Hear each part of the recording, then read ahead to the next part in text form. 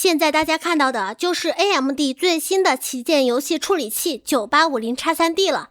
相比 9800X3D， 最大睿频提升了 0.4G 赫兹， TDP 维持不变。正式的测试开始之前，我想跟大家谈谈 PC 评测的新理念。3个月之前 GN 发布了一条视频，用将近50分钟的时间详细介绍了 Animation Error。 不过 Steve 的视频非常硬核，语速也快，一般人很难看进去。 The charts and what do I find out, Vitaly? What do I find out? There is no frame time problems. The frame time problems don't exist, okay? 所以我来给大家英译中详细剖析一下这个新东西。众所周知啊，视频的帧间隔是绝对稳定的，60帧就是 16.67 毫秒。理想环境下，我们希望玩游戏的60帧，每帧的间隔也是固定且等距的。但实际上，由于游戏的引擎优化不佳，或者硬件性能不足，总有一些帧要么落后，要么抢跑，没有在它该在的位置上。在 GN 制作的 demo 中，绿灯代表标准位置，帧间隔呈完美的匀速运动，加速度为0；红灯代表游戏帧的实际位置，属于变速运动，帧间隔差异大，加速度也变化频繁。我们把实际游戏的帧间隔与标准的时间差值，就是 Animation Error。数字如果是负数，说明帧慢了；如果是正数，说明抢跑了。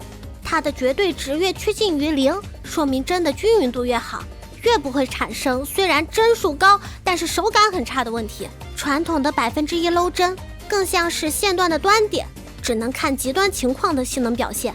但从 low 帧到平均帧乃至最高帧，这一整段的游戏体验就无法准确评估了。Animation Error 通过帧间隔加速度检查的方式补足了这个缺憾，是 PC 评测上的新里程碑。这里还有一个需要思考的地方，越是高帧越容易出现 error， 因为单位时间是固定的，帧数过高，每个帧的容错率就会低很多，而低帧率下帧间隔相对更长，相当于一个人重心低，底盘更稳，而盖高楼的想获得同样的稳定度，自然难度更大。不过这也是我们测试的意义，如果仅仅是帧数高而帧均匀度差，那就会导致手感差，就无法称之为优秀的游戏体验。这也就是为什么游戏机的30帧比 PC 的30帧体验好的真正原因。侦探频道现在正式加入 Animation Error 的支持，并且我把它重命名为 diff， 用差异这个词汇代替冗长的原词。这时候有观众问了，你上面这个 lag 又是什么鬼？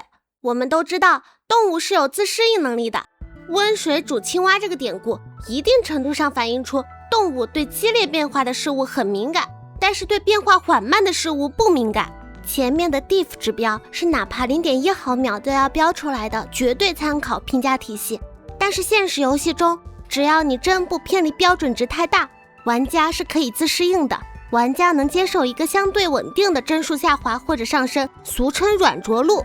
玩家接受不了的是短时间内帧数不均匀导致的大波动，因此 lag 指标应运而生。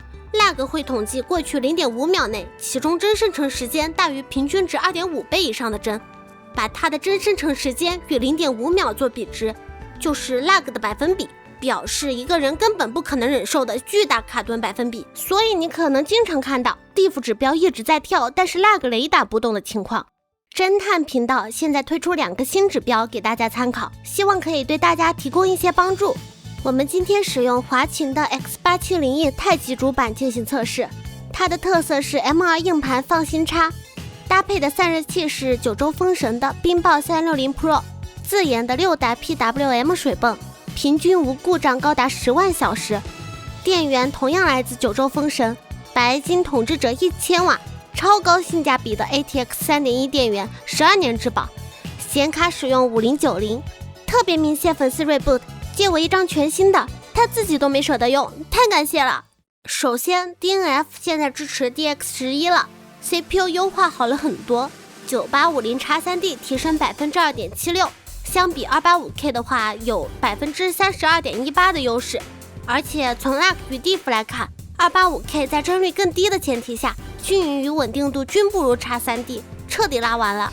CS2 现在对 CPU 压力也很大，9850X3D 默认状态下与9800X3D 的固定频率逻辑不同，它会随着负载在 5.4 到 5.6G 赫兹之间动态调整，电流强与功耗强还是限制的很严格。不过即便不能 5.6G 赫兹全合，9850X3D 依旧可以获得 4.66% 的提升，相比 285K 领先 34.84%。在均匀稳定度方面 ，OSD 看起来三者没有太大区别，但高手过招差距都是很小的，所以必须进行深入测试。现在大家看到的就是 diff 占比了。X3D 渲染的帧数更高，位置出错的帧占比更少，非常优异的表现。不过这个图看起来有点难受，用1减一下可以得到精准帧百分比，这看起来就舒服多了。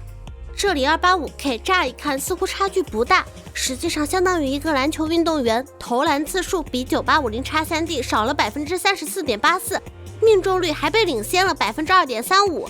不仅仅是 low 帧更低，中高帧的体验一样被爆了。在玩家对硬件要求越来越高的今天，这种帧数深入分析是非常有价值的。可惜首发测试时间紧，任务重，我自己一个人不可能全部细测，其余游戏只能简单用 OSD 看一眼。不过 CS2 是极具代表价值的，相信能给各位提供一些参考。回到彩 6X， 9850X3D 提升 6.98%， 相比 285K 提升 19.85%。漏帧与稳定度方面表现也更优秀，无位契约 AMD 优势太明显了。9850X3D 提升 3.95%， 相比 285K 提升 33.9%， 均匀稳定度上差异很小，基本看作同一水平。绝地求生这款游戏优化真的很烂，开车颠簸的时候掉帧非常严重，而且从稳定度来看，振幅远超之前测试的游戏，所以要想玩得流畅，只能是硬件大力出奇迹。平均帧 9850X3D 提升 3.98%， 领先 285K 52.38%。这种毫无优化的游戏，基本上把 285K 底库扒了。界外狂潮这款游戏相对来说就很懂电竞玩家的需求，简单的画面设计甚至可以干到1000帧以上。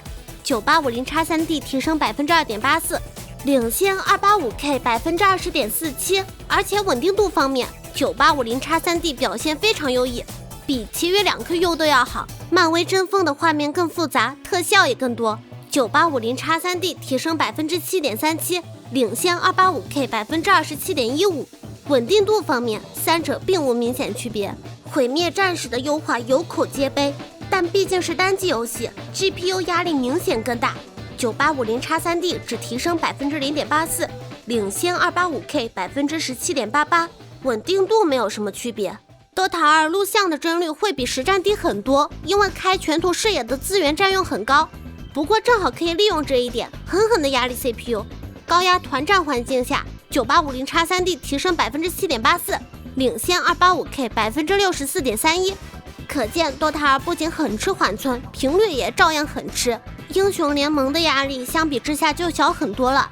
9850X3D 提升 7.74%， 领先 285K 18.8%， 帧率稳定度都很优秀。星际2不存在多核优化，就是硬干。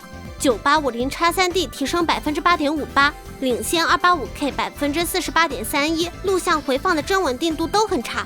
不过相对来说，X3D 还是更优秀。另一款 RTS 游戏《家园3》是支持 DX12 的。9850X3D 提升 4.64%， 领先 285K 60.11%， 差距非常明显。纪元1800 9850X3D 提升 4.17%， 领先 285K 10.26%， 稳定度都很不错。帝国时代4在 RTS 游戏里算是优化最好的一个了。9850X3D 提升 4.17%， 领先 285K 9.12%， 开发组在多核优化上肯定是下了功夫的。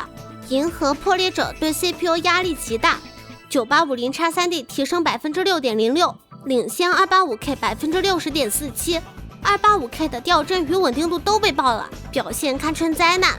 欧陆风云4是批射经典的单核游戏，观察者模式看海40年，9850X3D 依旧独占鳌头，比9800X3D 快 4.11%， 比 285K 快 38.18%。文明6的风云变换 AI 测试 ，285K 总算找回点场子。9850X3D 只有 1.94% 的提升，领先 285K 也只有 1.45%。285K 的表现比9800X3D 更好。异星工厂是一款建造类游戏，官方 UPS 速度测试，9850X3D 提升 9.38%， 领先 285K 高达 135.47%， 速度翻了1倍还要多。285K 再次刷新拉垮下限，孩子们，这真的太逆天了。奇坎2 9850X3D 提升不大，只有 1.86%， 相比 285K 领先 20.27%。不过奇坎毕竟是英特尔大本营 ，lag 卡顿方面 285K 还是更有优势。X3D 出现过几次较大的 lag 报警。战争雷霆 9850X3D 提升 8.47%， 领先 285K 51.87%。285K 的平均帧几乎等同于 9800X3D 的 low 帧，实在是太滑稽了。接下来是传奇烂阵王逆水寒 9850X3D 又如何？ low 帧照样烂中烂。285K 凭借重心低的优势，帧均匀度反而更有优势。不过就 lag 实际卡顿而言，三者没啥区别。最终幻想14画面明显流畅多了。9800X3D 提升 3.91%， 领先 285K 38.11%。稳定度方面，大家都是丝般顺滑，好评。战锤 40K 星战2重海血战 ，9850X3D 提升 5.5%， 领先 285K 29.01%。帧率稳定度方面没啥区别。作为3A 游戏，高负载环境下有这种表现，开发人员值得点赞。